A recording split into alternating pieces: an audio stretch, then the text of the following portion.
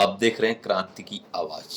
Channel को like करें, subscribe करें, बेल आइकॉन की बटन को दबाना ना भूलें। दोस्तों, मैं चर्चा करना चाहता हूं प्रदीप शर्मा और सचिन वाजेब के विषय पर, क्योंकि कल मैंने एक वीडियो बनाया था आप लोगों को, जिसमें बताया था कि किस तरह से एनआईए ने चार्जशीट फाइल की है और सचिन वाजेब और प्रदीप शर्मा के ऊपर यूपीपीए की धारा 18, 19 और 20 के तहत भी कार्रवाई की गई है। 302 का केस है, मनसुख हिरेन की हत्या का, विस्फोटक प्लान करने का, तो काफ़ी सीरियस केसेस लगे हैं। लेकिन जो बात है अभी जो आ रही है सामने, उस पर चर्चा करना ज़रूरी है कि इनका आका कौन था, क्योंकि दोनों ही पुलिस विभाग में थे, मुंबई पुलिस में थे। प्रदीप शर्मा को परमबीर सिंह के कार्यकाल में ही नियुक्त किया गया था, जब परमबीर सिंह थाने के पुलिस कमिश्नर थे।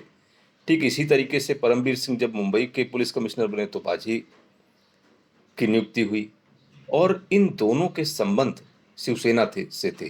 प्रदीप शर्मा ने बीआरएस लेके इलेक्शन भी लड़ा था, और सचिन वाजे ने 2007-8 में ही शिवसेना ज्वाइन कर ली थी, के आसपास ही जो शिवसेना ज्वाइन कर ली थी, और शिवसेना का प्रवक्ता नियुक्त किया गया था सचिन वाजे को। तो दोनों के बड़े ही प्रगाढ़ संबंध थे शिवसेना से, और शिवसेना के कार्यकाल में ही ये घटनाएं हुई हैं, जो ये विस्फोटक का हुआ है, जो वसूली का हुआ है। और ये पहला वसूली का मामला नहीं है। जैसा कि सचिन वाजे परमबीर सिंह ने ही बताया कि सचिन वाजे को जो है ये काम करते थे देशमुख के लिए, गृह मंत्री के लिए। उनके कहने पर 100 करोड़ की वसूली का टारगेट था सचिन वाजे को। तो ये पहला मैटर नहीं है। और एनआईए ने जिस तरह से चार्जशीट में लिखा है कि सचिन वाजे का जो मेन प्रमुख उद्देश्य था वो ये था कि विस्फोटक के जरिए देश के प्रमुख उद्योगपति को डराकर पैसा वसूला जाए, जबरन वसूली की जाए। तो सारा मामला जो इर्द गिर्द आ रहा है ये वसूली के लिए है। और इनके पहले से भी ऐसा नहीं है कि इनके बहुत क्लीन इनके रहे हों। प्रदीप शर्मा पर भी कई मुकदमे चल चुके हैं, इनकाउंटर को लेके जांचें हुई हैं। लेकिन हाँ, वो सारी चीज़ें मुंबई पुलिस ने किया। अब वो सारी जांचें भी सवाल के घेरे में हैं कि किस तरह से इन लोगों को उन जांचों में कहीं बचाया तो नहीं गया, कहीं इन पर जो जांचें थी, जिन लोगों ने इनके खिलाफ कंप्लेन किए थे प्रदीप शर्मा और सचिन वाजे के ऊपर के खिलाफ, कहीं उन लोगों को के साथ क्या हुआ था। तो ये सब भी अब एक जांच का विषय है। लेकिन जिस तरह से मुख्यमंत्री माननीय उद्धव ठाकरे साहब ने सचिन वाजे का खुलकर बचाव किया था,